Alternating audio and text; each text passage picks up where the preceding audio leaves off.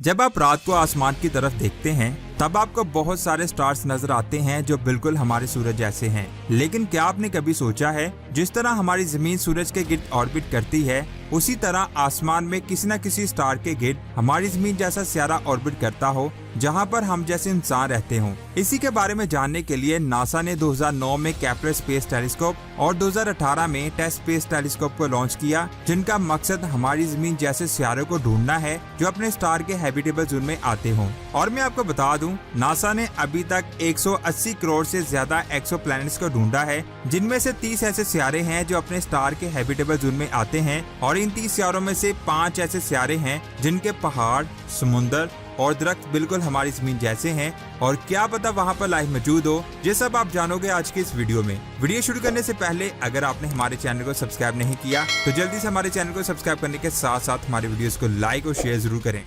सबसे पहले बात करते हैं हमारे सोलर सिस्टम के सबसे करीबी स्टार प्रोक्सिमा सेंटोरी को ऑर्बिट करने वाले एक एक्सोप्लैनेट प्रोक्सिमा बी की, जो हमारी जमीन से 4 लाइट ईयर दूर है और ये अपने स्टार के हैबिटेबल जोन में आता है, जिसका एटमॉस्फेयर बिल्कुल हमारी जमीन जैसा है और यहाँ पर पानी का समुंदर हो सकता है। इसे 2016 में डिस्कवर किया गया था और ये अपने स्टार के गिर्द अपना एक चक्कर 11 दिनों में कंप्लीट करता है। लेकिन इसका सबसे बड़ा मसला इसका स्टार है, जिससे बहुत खतरनाक सोलर फ्लेयर्स निकलती हैं जो किसी भी वक्त अपने सियारे को तबाह कर सकती हैं। लेकिन इसका टेम्परेचर -39 डिग्री सेल्सियस से 0 डिग्री सेल्सियस के दरमियान आता है, जो बिल्कुल हमारी जमीन जैसा टेम्परेचर है, जिसकी वजह से ये सियारा हमारा न्यू घर हो सकता है। अब बात करते हैं केपलर स्पेस टेलीस्कोप से ढूंढे गए सियारों की। 7 मार्च 2009 को नासा ने केपलर स्पेस टेलीस्कोप को लॉन्च किया, जिसने बहुत सारे सियारों को ढूंढा था। इसका नाम फेमस साइंसदान जोहानस केपलर के नाम पर रखा गया था। केपलर स्पेस टेलीस्कोप की मदद से हमने बहुत सारे अर्थ लाइक सियारों को ढूंढा था। इनमें से पहला सियारा केपलर 62e है, जो जमीन से 1200 लाइट ईयर दूर लाइडा कॉन्स्टेलेशन में मौजूद है। इसका रेडियस जमीन से 1.6 गुना ज्यादा है। इसका एवरेज टेम्परेचर -3 डिग्री सेल्सियस है और ये करीब 700 करोड़ साल पुराना है। साइंसदान को कहना है कि इसकी सरफेस हमारी जमीन जैसी है और यहाँ पर पानी का बहुत बड़ा समुंदर हो सकता है, जिसकी वजह से यहाँ पर बादल हो सकते हैं।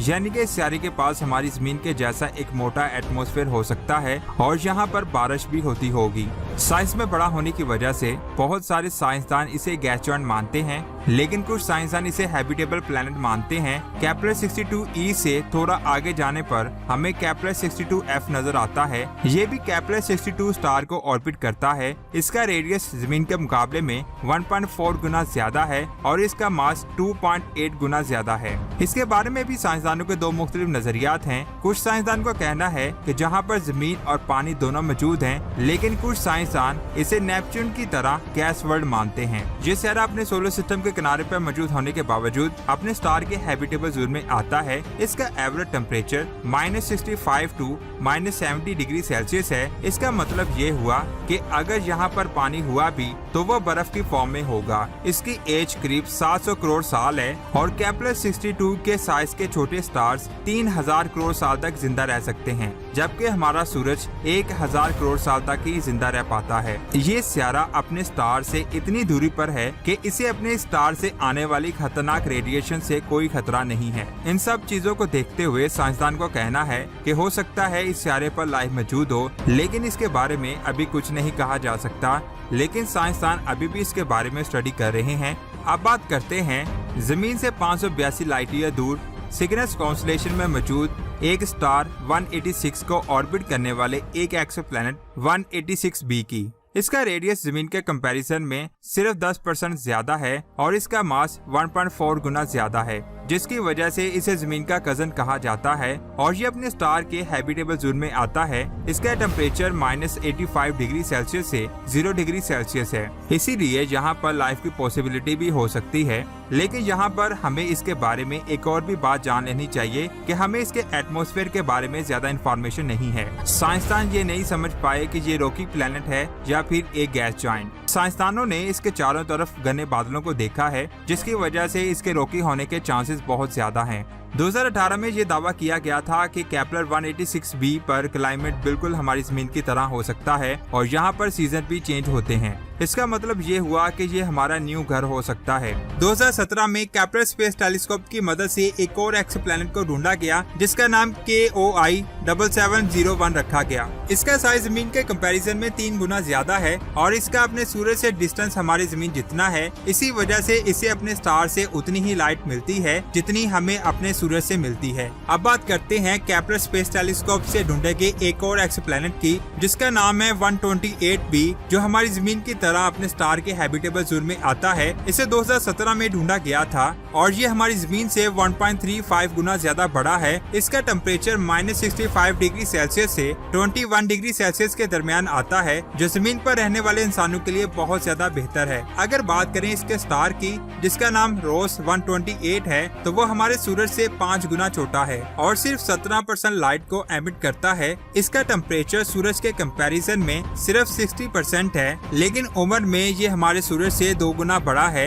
ये स्टार बिल्कुल हमारे सूरज जैसा है। हमारी लिस्ट के दूसरे एक्सोप्लैनेट के कंपैरिजन में ये अपने हैबिटेबल जोन में नहीं आता, लेकिन फिर भी इस प्लेनेट का मास, टेम्परेचर और साइज इसे जमीन के जैसा बनाता है और यहाँ पर एटमॉस्फेयर होने के चांसेस बहुत ज्यादा हैं। इसी वजह से इसे भी हमारा न्यू घर कहा जा सकता है। आइए बात करते हैं ग्लिस 18G की, जो जमीन से 20 लाइट ईयर दूर लिब्रा कॉन्स्टेलेशन में मौजूद है। इसे जर्मिनास वर्ल्ड के नाम से भी जाना जाता है। हमारी इस लिस्ट के दूसरे एक्सोप्लैनेट के मुकाबले में इस एक्सोप्लैनेट के होने या ना होने पर सवाल उठाया जाता है। इसे 2010 में स्टीवन स्कॉट ने डिस्कवर किया था, लेकिन इसके कुछ सालों बाद यूरोपियन साइंसदानों ने इसकी मौजूदगी से इनकार कर दिया था। फिर इसकी डिटेल से स्टडी की गई और इसकी मौजूदगी को साबित कर दिया गया, लेकिन अभी भी कुछ साइंसदान मानते हैं कि ये सियारा मौजूद नहीं है। ऐसा कहा जाता है कि ये सियारा अपने स्टार के हैबिटेबल जोन के बिल्कुल दरमियान में मौजूद है, जिसकी वजह से यहाँ पर पानी का समुद्र होना चाहिए। जब इसे स्टार्टिंग में ढूंढा गया था तो साइंसदानों ने कहा था कि इसका एवरेज टेम्परेचर -37 डिग्री से